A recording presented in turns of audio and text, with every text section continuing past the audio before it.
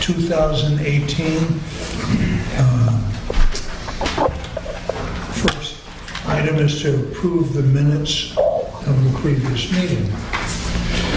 And I'll make a motion to approve those minutes. I will second that. Second. There's a second. Do I hear a third? Do I hear a third? All those in favor? Aye. Aye. Any opposed? Then they're approved as written. Hands full.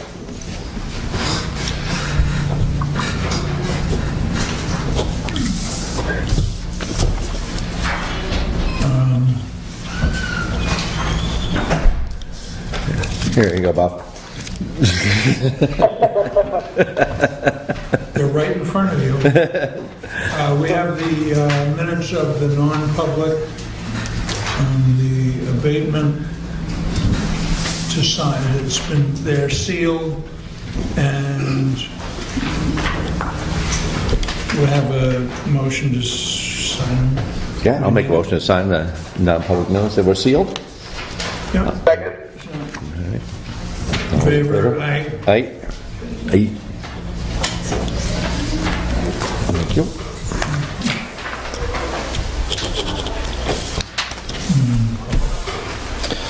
Okay. Then we'll have update on the action items. There were no action items, but we'll have Election Day on the 6th of November, Tuesday the 6th, will be at the Whitney from 8 a.m. to 7 p.m. The next Selectmen's meeting will be November 13th at 3:30 in this room.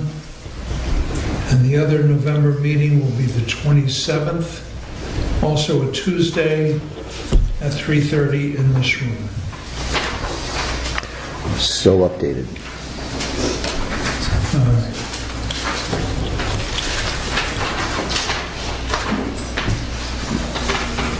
Then we have a discussion of the tax rate.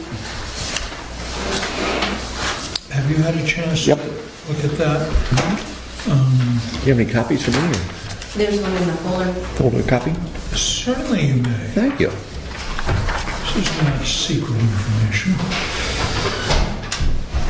So we have a number of options to look at. Two of them have been vetted by the accountants that look pretty good.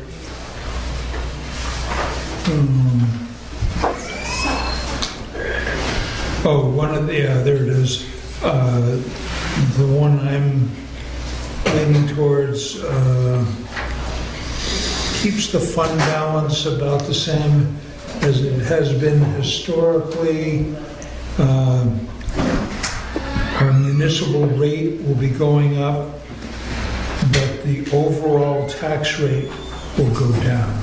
So the overall will go down 1.29% if we agree on it. It's just one of the options, and we're going to need to discuss that. I don't know, discuss it, but look at it and decide which option. But I think that... So I went over this article, or this document earlier with Julie, Dick, and I also kind of felt like the one you were leaning towards there, second from the right, made the most sense to me too.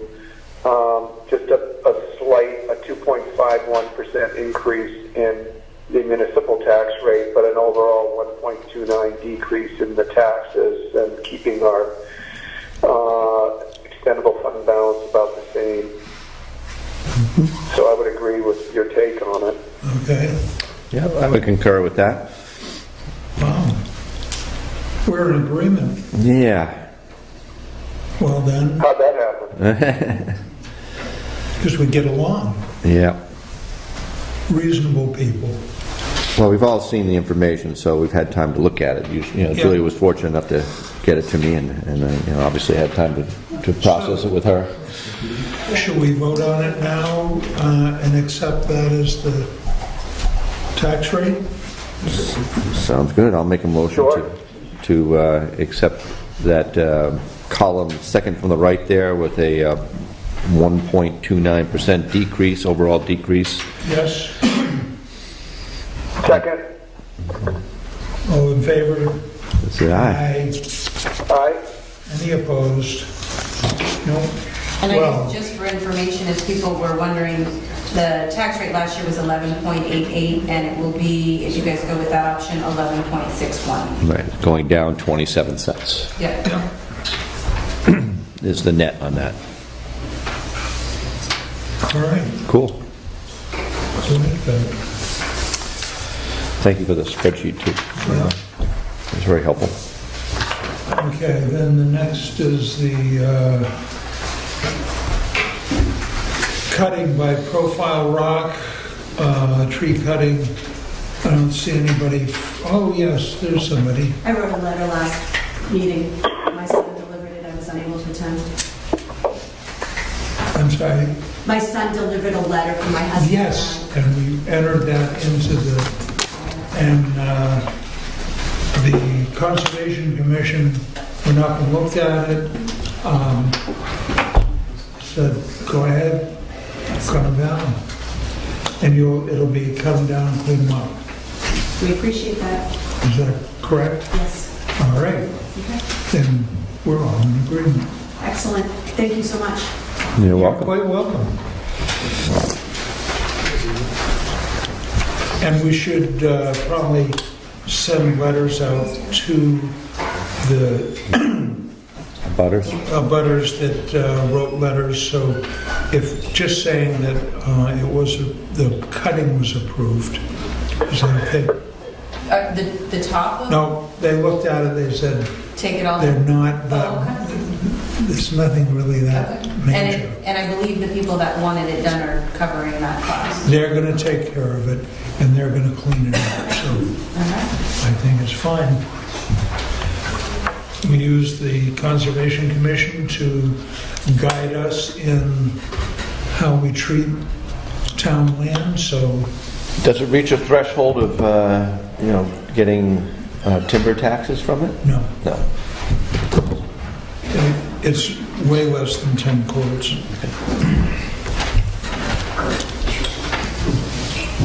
Okay, Profile Rock. Oh, now we have an item for the building inspector. Dun-dun-dun.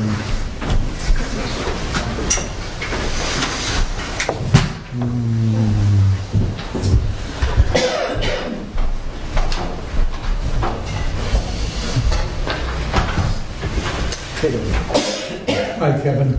How you doing, Kev? Hello, Bob.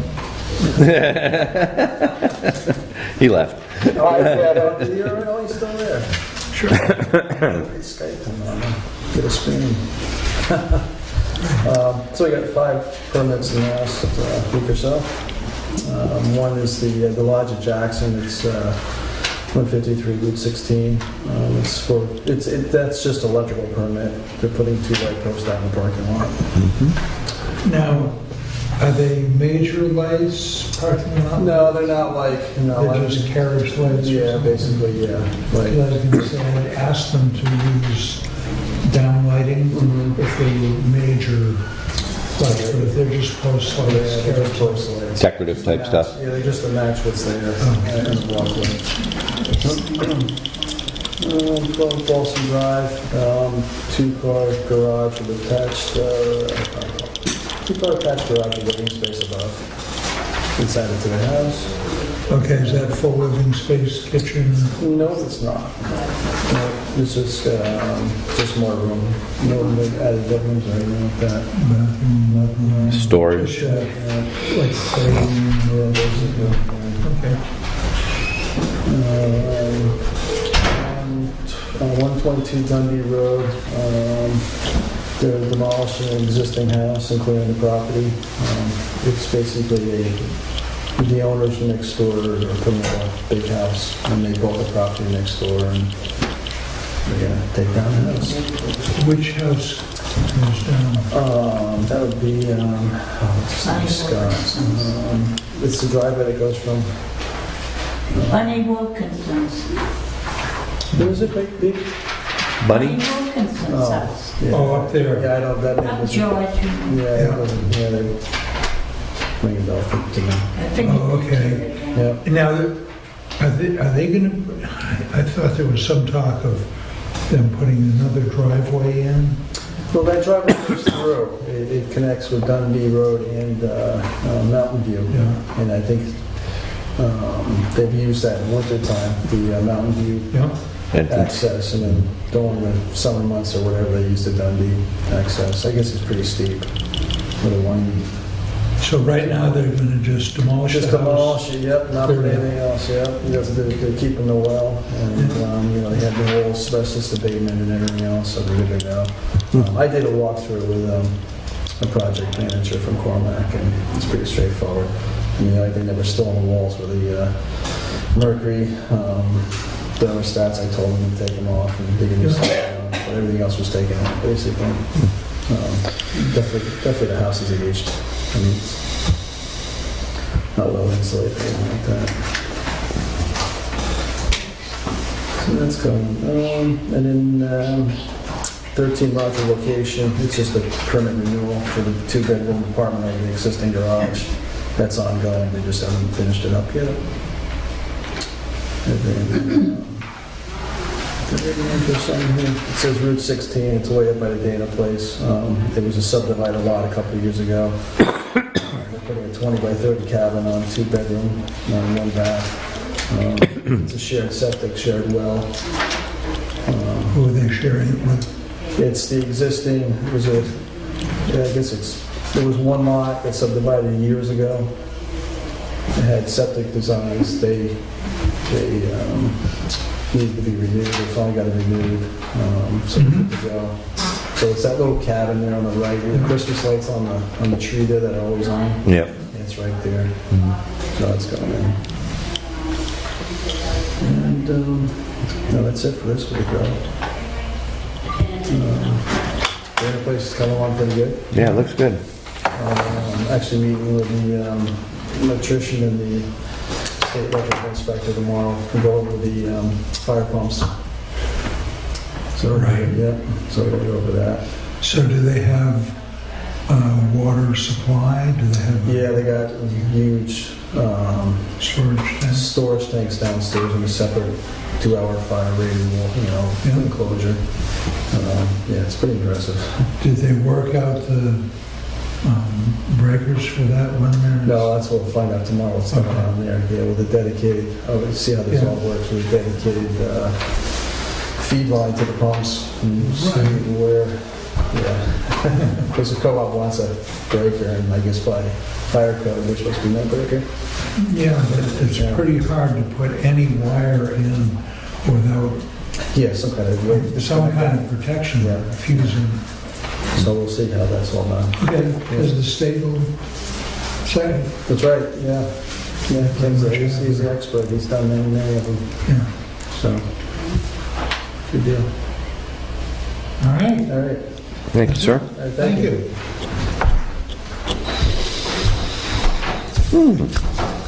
okay, now we move to new business. Yes. Just check.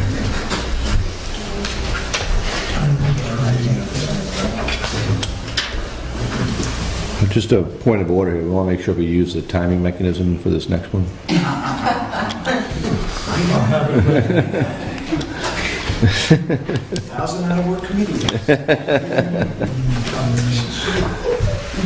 Yes, now we will have policy updates from the Jackson Police Department and the office.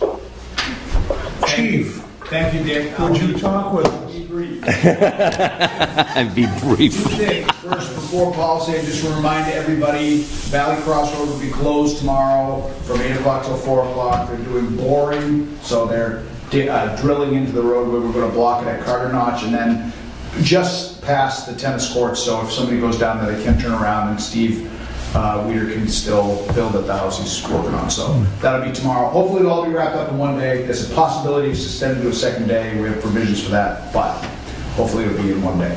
Cool. So that being said, this policy update is just a component of our ongoing efforts to modernize the department as well as make the policies current. Our current policies do have a section, SOP 28, on dealing with mentally disabled suspects, complainants, and witnesses. However, the addition of this new policy, responding to persons experiencing mental health crisis, is far more specific, dealing with in a tactical fashion and a contact fashion people who might be in a mental health crisis and how to effectively deal with that to de-escalate the situation, reduce the risk of force confrontation between the police and the persons in crisis. It's also a component of a broader project that we've been working on, and that is we're trying to complete all of the components of the IACP One Mind campaign. That's the International Association of Chiefs of Police, has a campaign to certify police departments as meeting the national standards for dealing with people in crisis. One of the components is that you have the appropriate rules and regulations. The other component is that you have a relationship with mental health providers and services in the area so that you can connect people to those services. Then there's a training component for the whole department to be trained in mental health first aid, which is an entry-level training component. And then the fourth level, which would complete the program, is that 20% of the force, in our case it'd be one officer, has to be trained as a crisis intervention team member. So that would be somebody who would be a little more highly trained to work with the mental health community and law enforcement to get these services and to de-escalate crises should they arise. So all about saving lives and doing it professionally. This is adapted from the model policies of the IACP, which is kind of our go-to source for policies, and it does fulfill that component obligation for the program that we're working on. So I'd move the board to, I know that you had it to review. I certainly answer any questions, but ultimately would move that you motion and accept it. Yes, John? Quick question. Does it include medical issues as well as mental health issues? Maybe. Ooh, doggy. Tell me what you mean by medical. Somebody having a seizure, maybe. Would you, is that done differently than somebody maybe having Yeah, all that those would be a little medical. That would be a medical response. Right. The department is trained in a medical response should somebody be having a seizure. This is more for someone in a mental health crisis situation, which we always get called to because it's usually associated with some behavior that causes danger and makes people want to call the police. If we're in a city, they were up on the top of the building threatening to jump. Yeah. You know, in our area, it's most commonly going to be a family member has been trying to mitigate a problem that they may have with, Forget those problems. you know, a loved one, and you know, they've used all of their skills and tricks, and the crisis is too great for them. That's usually when we get called, or you know, the traveler that comes through that might be exhibiting strange behavior that makes people concerned, and then it's all about becoming more effective in dealing with them so that we don't escalate the confrontation and also recognize that it's a mental health issue and also de-escalate. Use of force on people in mental health crisis is a serious problem in law enforcement because it often results in deadly force and results in substantial liability for the municipalities if they don't have training for the officers to recognize these things. So this is a risk mitigator and also a force mitigator and helps professionalize the department. Well, I'd make a motion to accept this policy and have it added to the police policy book. Yeah, I will second that. Bob, I'll be voting to support it. all in favor? Aye. Aye. Aye. Thank you very much. And now we have a second policy, which is for the office. You can have it. Thank you. It's the highlighted.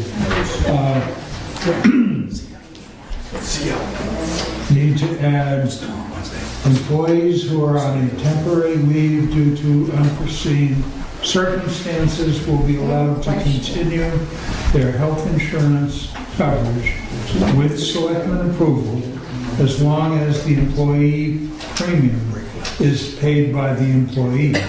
Payment arrangements must be made with the town administrator. Why is this necessary? I was questioning, I mean, wouldn't that be a no-brainer that it would be in place anyways?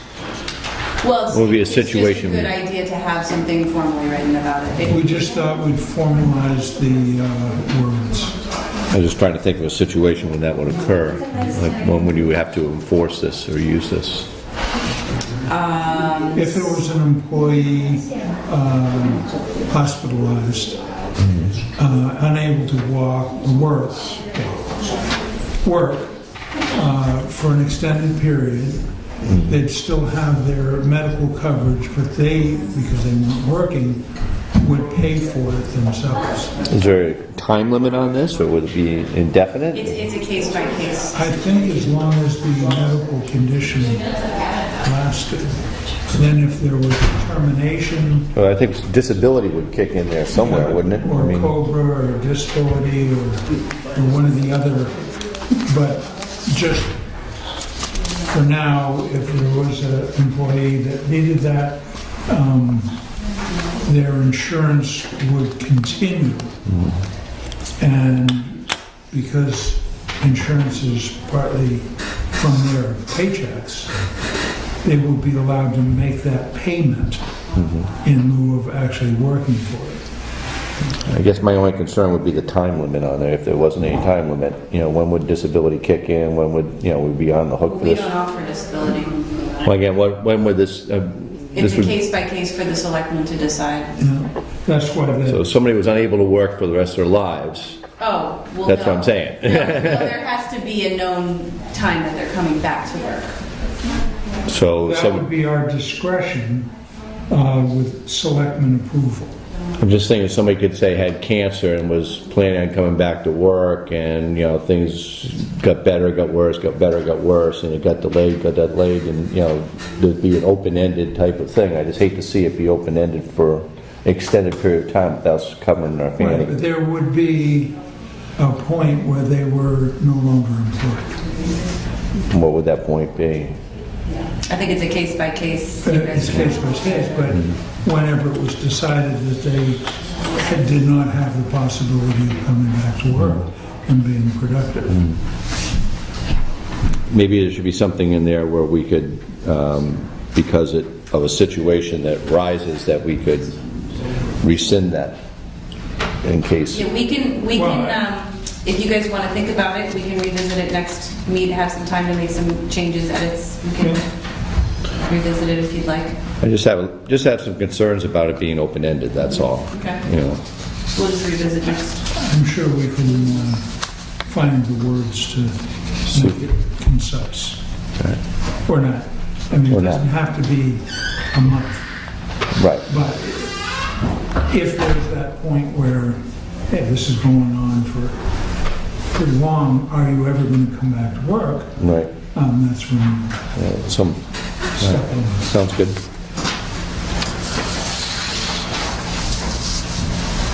Okay, and then we have, a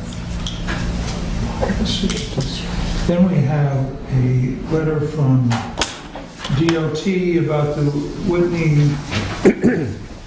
Hill Loop drainage, and I'm going to ask our Roadmaster. road agent to give us his take on these words. How are ya? Okay. Just okay. Let's see, so I met with DOT, I don't exact date when I met them, but I met the guy that sent the letter, Alex. And it was back it was before paving, so it was maybe June. And he wanted to inform me that Whitney's Hill Road was in disrepair. And it was, his take was that the water that comes down Whitney's Hill comes down that hill and it doesn't have the appropriate slopes, and it doesn't have the appropriate grades, and it doesn't have the appropriate road entrance in, and all that water's coming down and going across the road, and then down the road, and then washing out the Johnson's driveway. And so he, commenced to tell me everything wrong with the town roads, and I said, well, if the state roads are in 100% compliance up here, then I'll make sure the town roads are in 100% compliance, but they don't do a whole lot of maintenance on the state roads. And And that does come into the state road. it does. It intersects at the bottom of the hill of the state road. The way we left the meeting was we were going to, within the next year or two, be working on the road up there anyway. I want to replace that culvert anyway. The culvert needs to be a little bit lower. It's kind of coming up out of the ground a little bit. But he wanted a state-approved entrance which has the swale in it, which it's almost impossible to do there because you can't make the corner and then go up the hill with a plow truck like that. So we're going to improve the road some. The state needs to improve their road some, because their road is all kind of not really where it's supposed to be, and the driveway really isn't at compliance. And they could use some driveway work. So I think it was, the way it was left was the state needs to do some stuff, maybe we need to look at some stuff, and the owners of the house need to look at some stuff. Since that happened, I've been up there during the rain, and the rain does not come down the hill and go across the road and down the road and down the driveway. But that's, they wanted Come to down the pass the state buck. road and go down the driveway. But, we don't have a wintertime issue there. There's no ice in the road. If it was a big issue the way that he was trying to throw it, It'd be a street of ice. we'd have an issue, and there's no issue there. And I've paid attention to it during heavy rain.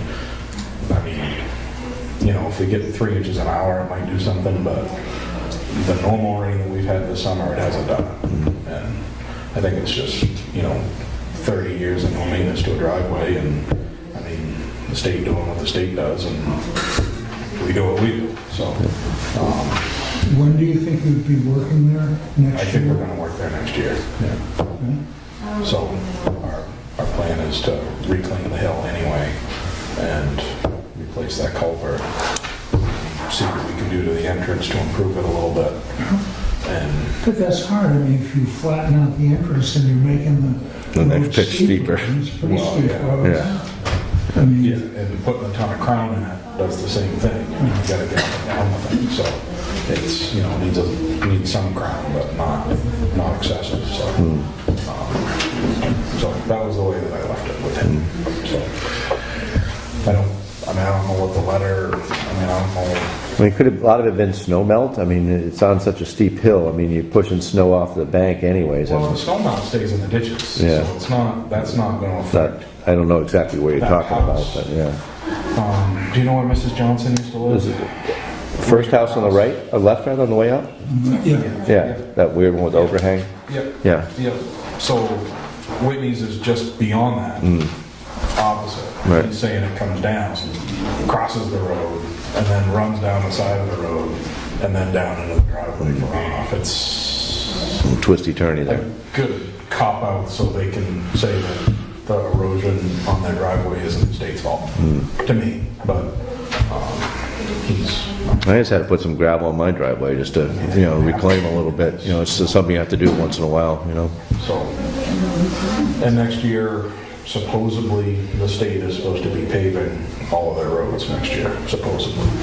According to their, So Chesley Farm. that's Moody Farm, Carter Notch, Black Mountain, Wow. Dundee, Nice. all the state aid. And then out out 16 out somewhere on The whole kit and caboodle, huh? town line. all Nice. the way up to Pinkham. So I don't know. They also just paved Upper West Side. Yep. And Kenny got a call from higher ups and said, hey, I don't think we're gonna pave West Side. I think we're gonna use it someplace else. They'd already paved it. It was already done. And they didn't want to spend money there. They wanted to put it someplace. They wanted to pave the cog road, the road that goes up to the cog. Oh, that's brutal too. And they're like, well, it's a little late. It's already down. So, according to their schedule, Scrape it up, yeah. they're supposed to be paving next year all the state aid roads. Wow. Which Nice. kind of leads us to another, at some point, we need to decide what we want to do with the state aid money that we usually take. If they pave, there's no need to put 30,000 to, I don't know if we'd want to put $30,000 into the state aid capital reserve fund if they're going to pave, because we don't really need to put money, I mean, if they're going to pave, we don't need to pave. So, That'll be a good little help. I don't know. Yeah. Do we, is it something that, it's probably something that needs to come back at some point, maybe in a couple, 3 years. Right. I don't know, they've talked about handing those roads back to the town. So do you put it in there, keeps everything the same, and then there's a Precedence. buffer in there in case they decide they want to give the, I don't know what the best That's a good thought. It's a good conversation, I guess.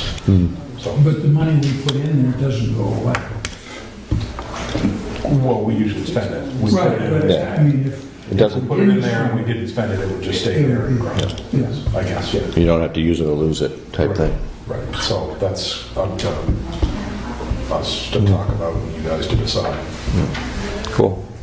But that's proposed anyway, that they're gonna pay it all out, so, that'd be great if they do. yeah, it would be nice. So I don't know, the way we left it was all good, so I guess we were gonna do some stuff, they were gonna do some stuff, and they were gonna talk to the homeowner and tell the homeowner to do some stuff, so.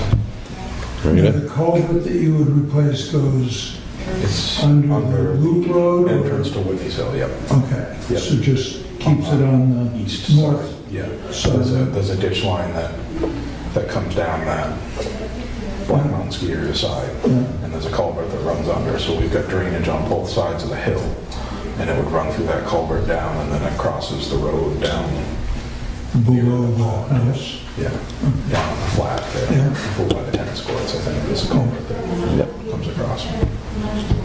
Sounds good. Okay. Thank you, sir. Okay, sure.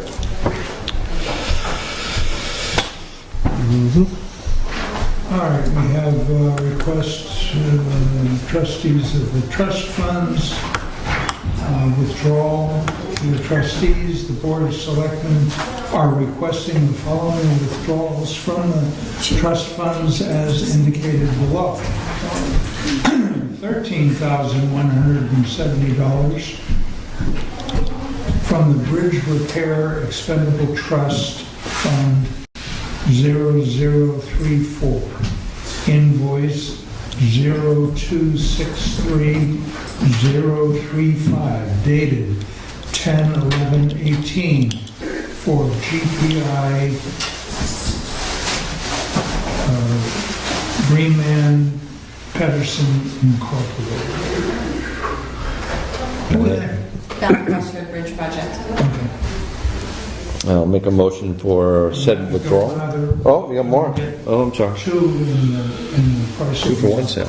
The request for $7,062 from the Civil Defense Expendable Trust Fund, invoice 100418.3, dated 10/4/18 for the Stone Hearth Open Learning Opportunities Incorporated. What's that one? I don't know. That's the solo training for the police. Oh, so, Oh, yes, that's for the police to do the solo first responder course. I make a motion to approve both trustee of the trust fund withdrawal requests. Second? All in favor? Aye. Aye. Any opposed? No, so I'm going to sign it. And pass it to John.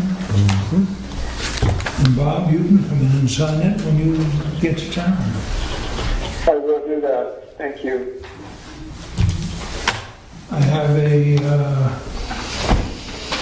application from the trustees of the cemeteries, library lot agreement, in consideration of $600 paid by the purchaser, Mary Cahill Warwick. Records in the, recorded in the records of the town and now standing in the name of Warwick. Said lots being numbers 581E, F, and 717 A, B, C, and D on the map Village Cemetery. I would make a motion. I'll make a motion to sign the cemetery lot agreement. Second? All in favor? Aye. Aye. Any opposed? So be it. So this is the 23rd day of, oh,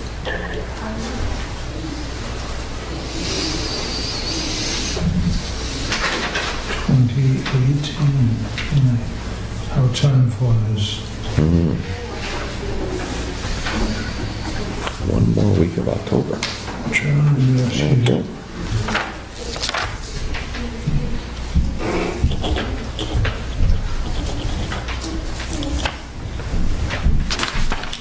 Okay, Bob, it'll be available if you want to sign it when you get to town. I will. Okay, now we'll go to old business.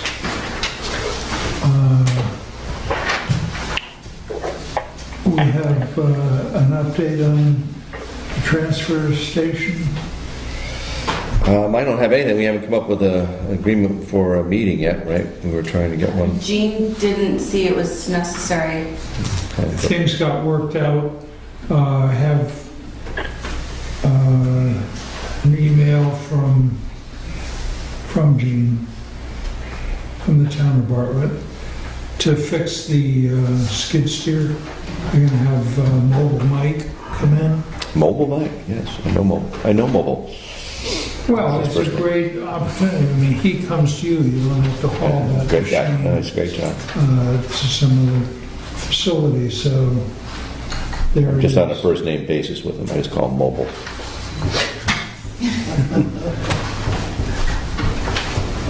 Mobile Mike. I think his last name is Roulette. All right. You know, if the skid steer is going, yeah, do it, fix it, you need it. Ongoing discussion of the solar projects. Would like to, at this point,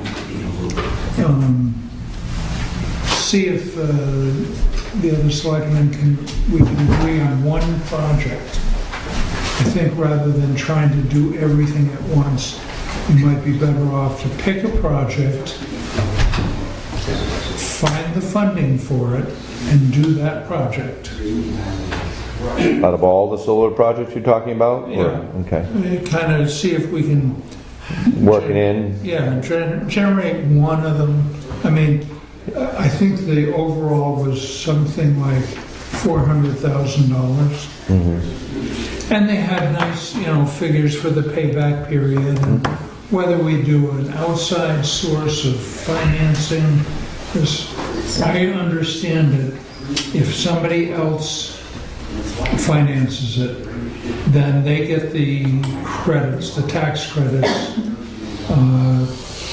We would pay them for 6 years. We would still pay for the electricity, even whatever's generated by the solar array. And then after 6 years, we would start paying them back for the price of the installation. I'm not sure if we, at that point, start getting the benefit of the arrays in our I can't remember what he said about bills. that. Yeah. But I think rather than trying to do a $400,000 project, which we would have to kick around whether we try to raise the money, do a bond, or do this angel financing where somebody comes in and pays for it. So anyway, I think we should think about it, have a good discussion amongst ourselves, or think amongst ourselves of how I would like to pick one project and see if we can get the funding within the town to go with that.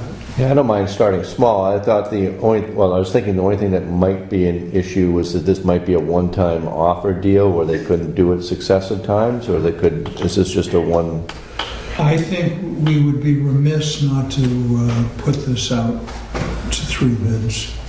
Well, I'm just talking about the actual offer from the company to, do this system. If we don't do the whole kit and caboodle at once, are we allowed to break it up and do it in They'll pieces? do any part of it. Okay, that's why I didn't know if that was... Revision Energy, I mean, they are doing a lot of installations. If we chose to do one up at the highway department, say, Mhm. kind of out of the way, but a great exposure up there, they'll come in and do that. I didn't know if there was a minimum, that's why I meant. No, Okay. they did. No, I agree. I think that'd be good to start small and see how it goes and take it from there. Okay. Instead of going gangbusters. Bob, do you have a feeling on that? Yeah, I think that to do a cost-benefit analysis of the different ways to move forward is really, I think, what makes sense to me, and to have the folks at Revision put together, in their minds, in some sort of a cost-benefit analysis, just what the advantages of going their way. I think that the one piece that made the most sense to me during their presentation is that we're not eligible as a town. Municipalities are not eligible for the 30% rebate. So we'll be paying 30% more for any system that we go ahead and do on our own, because those rebates only go to private homeowners. So, but at the same time, paying 30% more for the solar panels and the installation and as smaller, could conceivably allow us to kind of chip away at it with our own money too. So I'd like to, learn more. Mm-hmm. And I think they kind of got a little bit, stalled out on keeping us, kind of posted on things. And I don't know, it's time to look at other avenues to really understand what that cost would be, say, to just do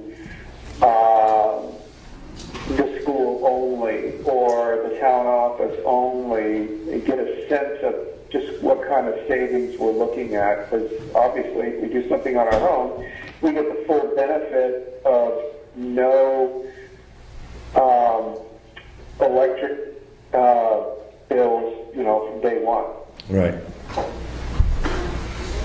That's a good point. Okay, well, I think that is all worth considering, and I will certainly help look into both another vendor anyway, just to keep,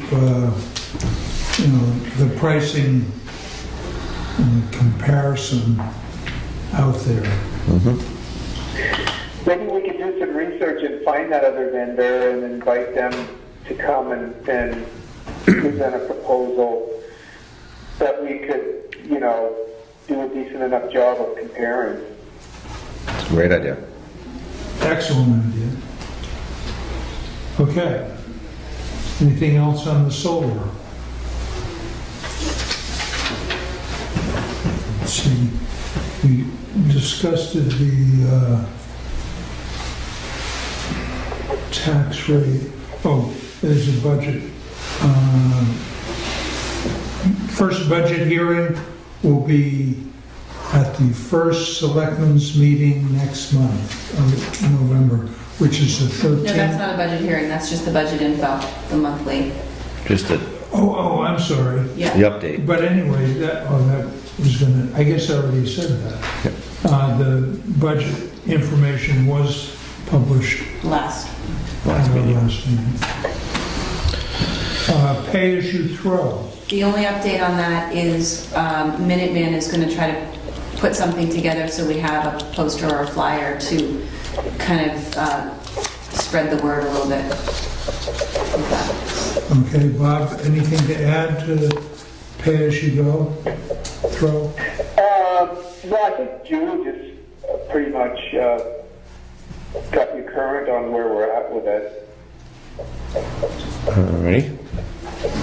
We should have something to present, as far as ideas of, whether it's a flyer or a poster or trifold or a series of all three of those things, and it includes other ways to get the word out. I think the bottom line is that I think because we've been discussing this enough times at meetings, I've been approached by people that, really wanted to see, how the town feels about it in the form of putting out a warrant article and having it come up at town meeting. So if it's going to come forward one way or another, it'd be best to do it, I think, with us making sure that people are educated and understand clearly what pay as you throw means, what it's all about, who's doing it, what they like about it, and so that all just kind of requires some education. Sounds good.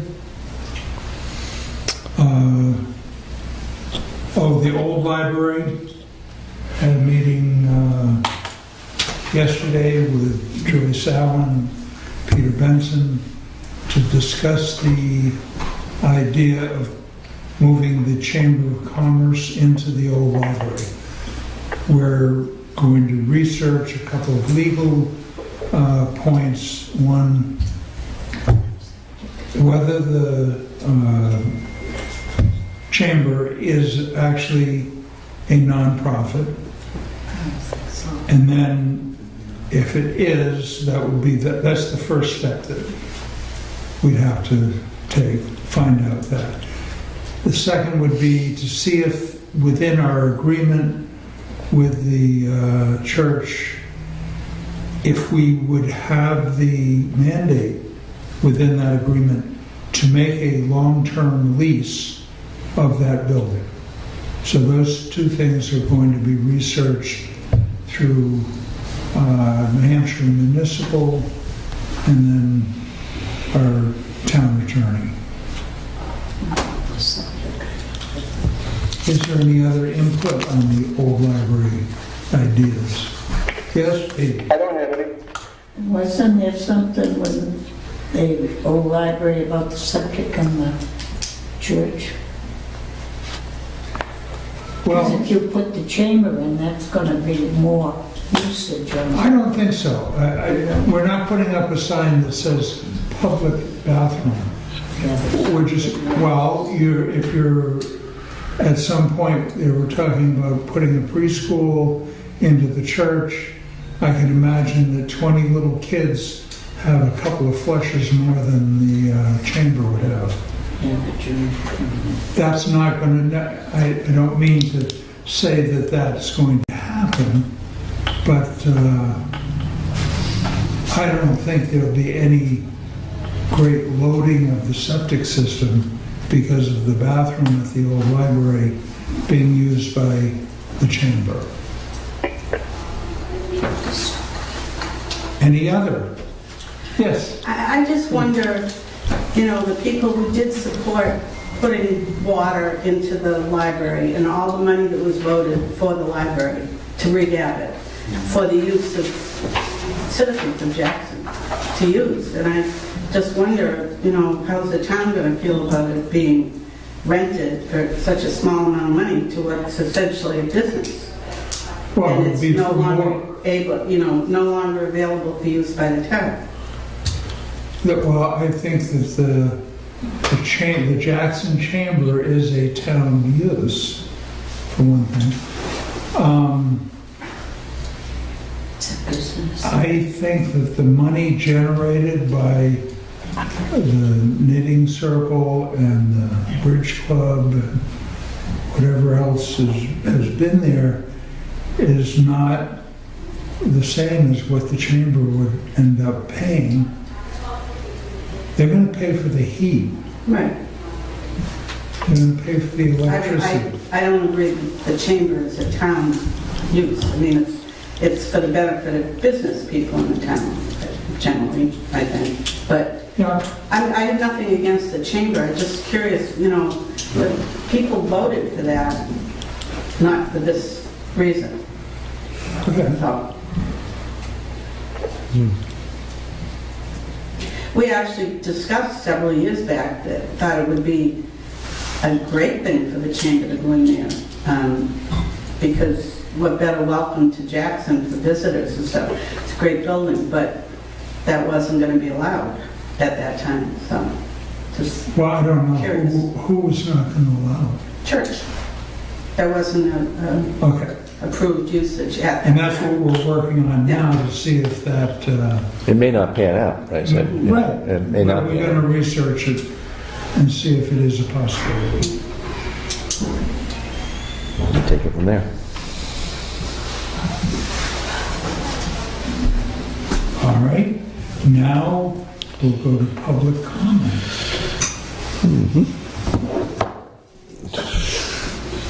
George is on the clock. All right, George?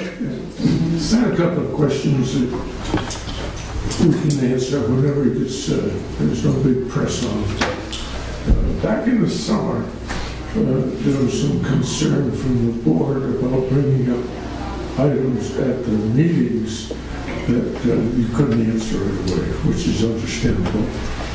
So in an effort to help you, I started writing about a week or so ahead of efforts to consider for your agenda, to give you an opportunity to take a look at it and be able to provide some information. And I've done that not for my benefit, but for here's some subjects I thought may be open to the public, would be interested in receiving that kind of information. And I laid out, so I think 3 or 4 items.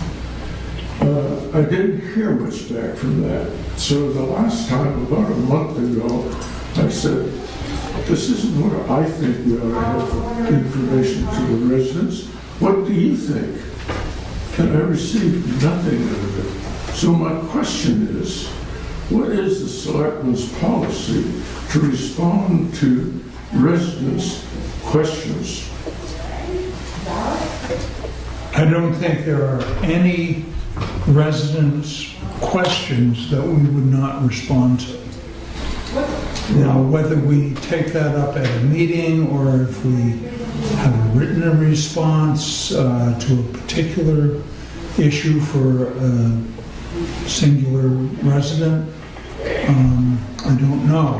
It's hard to make a general statement about what those issues would be, but I don't think anything will go unanswered.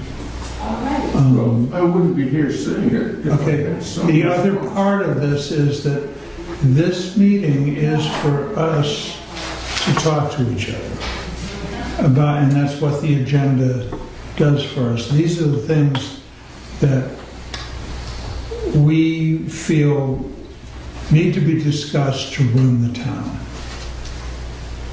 So as far as putting out information about anything, I'll certainly try to answer to anything. anything that we have control over. So I don't mean to not respond to any of your inquiries. Well, having heard them, that was my question. That was not my, that's my question. Should I expect or anticipate a response, or should I not? Okay, you should anticipate a response. Okay, well, still waiting. Now, this is going back to your letters? I'm sorry? This is going back to your letters? Yes. Okay. That's my basic question. Yeah, well, we have... I think one thing, when you were speaking earlier, and you wrote this in your email, you said that you have some ideas for the selectmen to consider, but that's not asking like a very direct question. You're saying, you can consider this, or it's not saying, could you please put this on the agenda, or I would like this question answered, or it's if you feel like it, put it on, if you don't, then don't. My question was, here's some things, types of information to put on the agenda for your consideration, not for my benefit, but for the... But if they chose not to put it on, then you're saying they're not answering your question. But there wasn't a question. At least that's what I understand. Yeah, that's what I That's mean, how I interpret that too. No, I disagree, and I'll tell you why. Okay. I take the pit, I try to help and not obstruct, and I put it forward, here's my thoughts. And you can say, crazy, or at least acknowledge that you received and agree or disagree. I mean, Okay. that's fair communications, as long as I've been around. No, okay, we'll try to be more formal in our responses to you. If we choose not to entertain any of those ideas in our agenda for a meeting, that's what it's going to be also. But we should make a more formal response to you that we have looked at those suggestions or have gotten the suggestions, and at least you know that they're being considered. I appreciate that. Second question, if I may.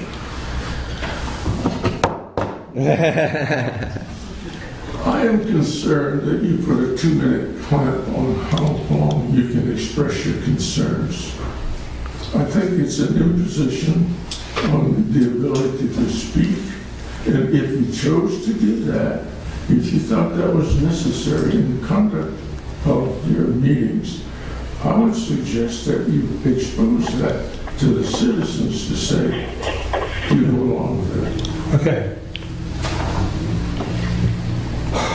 Public comment is a time when town residents can bring matters before the board. Comments should be short and to the point. Speakers are allotted up to 2 minutes each to make their comment, except in unusual circumstances.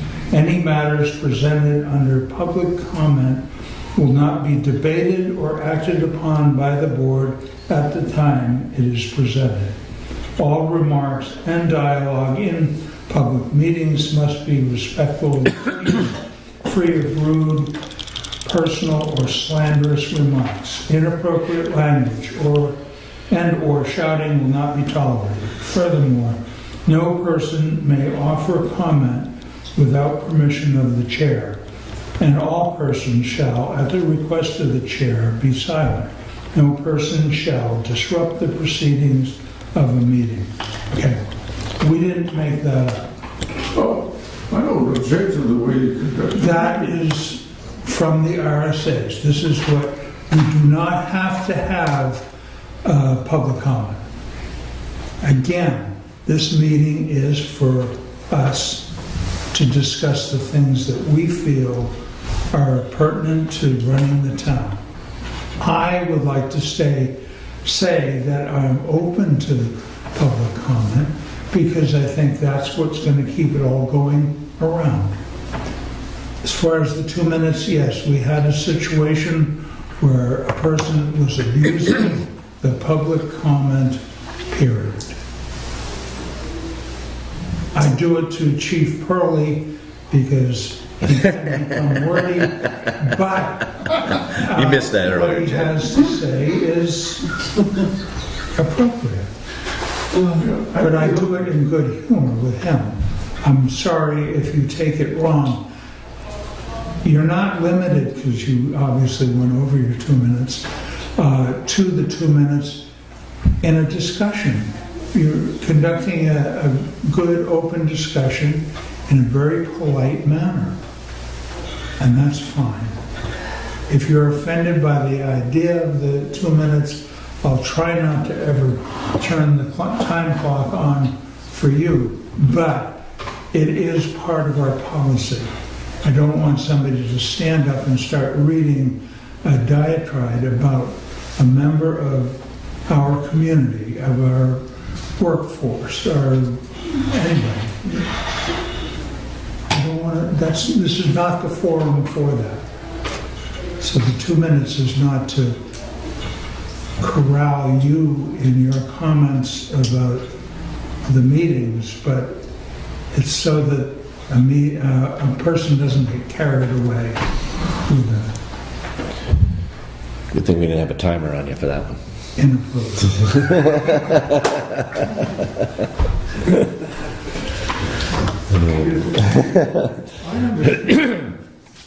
I believe I understand the purpose of the meeting.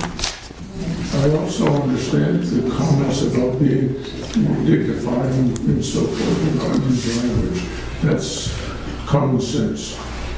What I do think is the length of the discussion is controlled by the chairman. And I think we're saying a 2-minute requirement. It just, to me, it's an imposition stuff. I'm sorry that offends you. I think also that it doesn't say we can't go over 2 minutes. It's just saying that we have a 2 minute limit if we choose to enforce it. That way we want public comments. I mean, that's what makes, like Dick said, it makes things go around. So we don't want to discourage it, but we don't want a tirade of a 20-minute lecture on us on why the lights out at the covered bridge. It's just not necessary. Say, hey, lights out, covered bridge, move on. And that's the way it goes. But I think we had an issue with a citizen who kind of bent that rule a little bit, so we had to put a halt to it. Our first reaction was to cut off public comment. It's not a part of the meeting format. We won't have it. I didn't like that. I think that public comment is appropriate. I'm sorry that you're offended by the idea of a 2-minute time limit, but I think that would spur people to be brief in their comments.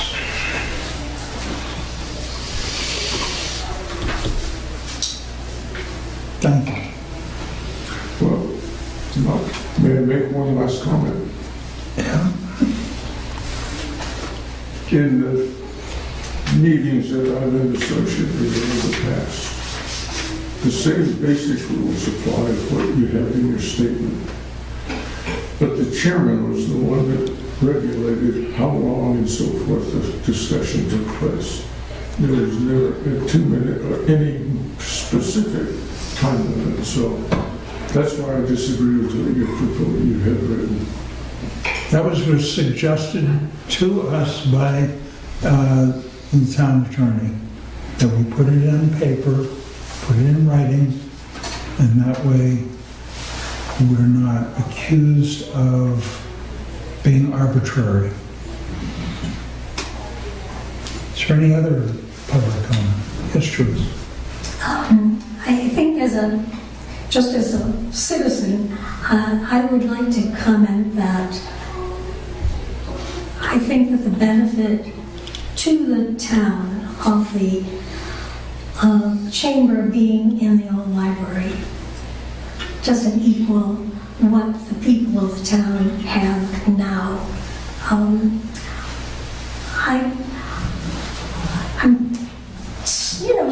pretty cognizant with what the people of the town are thinking about it. And that certainly enters into how my comment, I think, but also my own personal feeling about it. I've maybe stated that before, but it seems like a good time to say it again. And I know that you're going to get further information and we'll discuss it more. Thank you. Yes, B. You need a new flag at the condos right after J-Town. It's shredded. New flag. And did the Utility planning pole? board, second question, did the planning board ever vote for neon signs? I thought they were outlawed.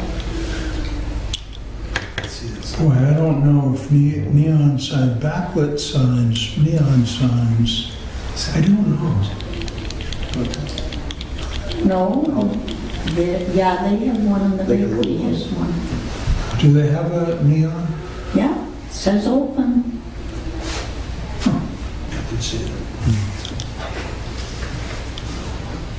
Joyce? I was thinking about yesterday when we thought we'd ask Kevin, you thought that, we would ask Kevin about the installation of the library. Maybe you already have mentioned that to him, I don't know. I haven't, but he's here. I know. Kevin, was the ceiling ever Well, it's an blanketed? interesting, question just brought up because today, Quality Installation just left me a message, so I have a personal cell phone number to call one of the guys. So, because I complained to one of the contractors about it, and he does a lot of work with this company, and he said, I'll get a hold of him for you. And sure enough, he called me today. So that's on my list to call him and go over there and him to take a look at it and get it insulated. Okay, That's what it needs. So, I'm on it. Thank you. that's an answer. Quickly. Thank you, Kevin. Jay? Is there, on the library, and I may be totally not knowing, is there space enough for the chamber to have their area, but other groups to still be able to go in and use the big, well, what I would call the book area? I guess. Right, and that was part of our discussion, was whether groups could go in there and still use the space Yeah. and allow the chamber to be there, So, and a then- desk and a telephone and a... And you're gonna have more groups using the space that would make it affordable, it seems like. It definitely seems like the building's been underused ever since it's been redone. Oh, right, I mean, I wouldn't say it. But then also the church itself has a back room that could be used, that's way underutilized also. Or maybe the chamber needed more space than that would allow, I don't know. Yeah, well, that's all part of the discussion, is whether, on a Tuesday, a bridge group could go in there and still the chamber could conduct business. No, that's a good point. Kevin? I've got two things. Do no trouble. Just back to Whitney Hill Road there was a design back in the early 80s from, I think it was AGB Engineering, I believe.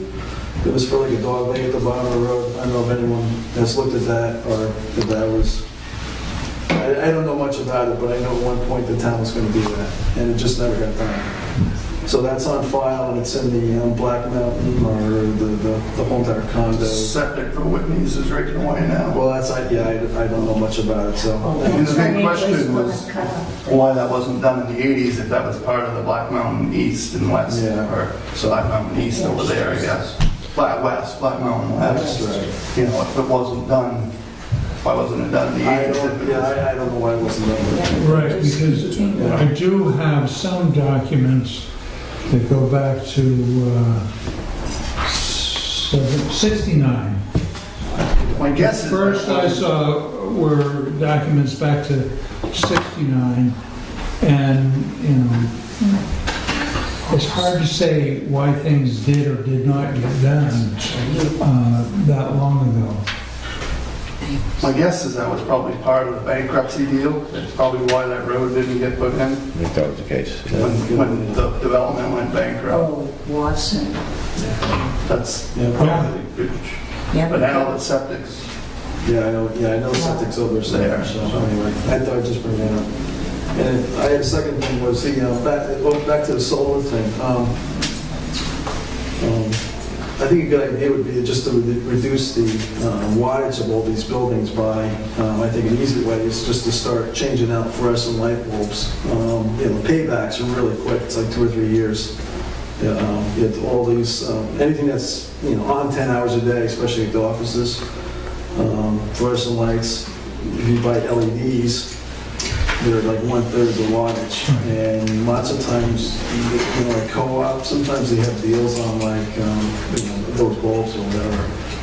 So. That's what they it's said just- on the streetlights, and the price hasn't gone down. Let's go up for you. Because we went to all LED streetlights, and part of the sales pitch was the price is gonna go down, and it hasn't gone down one penny. You don't own them, you kind of rent them or something, or whatever it is, but whatever. So it's just something to look at. Okay. Because I looked at the numbers of these buildings and how many kilowatts are used in 1 month, and it shocked me. I mean, I couldn't believe the numbers.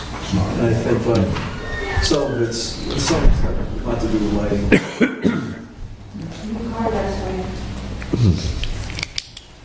Anybody else? There's a whole business model that does nothing but lamp out. That's what they do. They come in, they give you an estimate, and then they re-lamp you. I don't know that we have enough to do that, but the big retail stores, it does pay off. But anyway, it's certainly something for us to look at. Any other public comment? Yes. I gotta get a hold of Go Solar. Anyway, do you want me to have them drop somebody a contact here? To do my solar. Have them contact the office, and I'd be more than happy to schedule a meet with them. I have good luck with them, so. Excellent. Hearing no further comments. What do you say, John? I'll make a motion to close the meeting and go into non-public. Second? All in favor? Aye. Okay. Aye. There it is.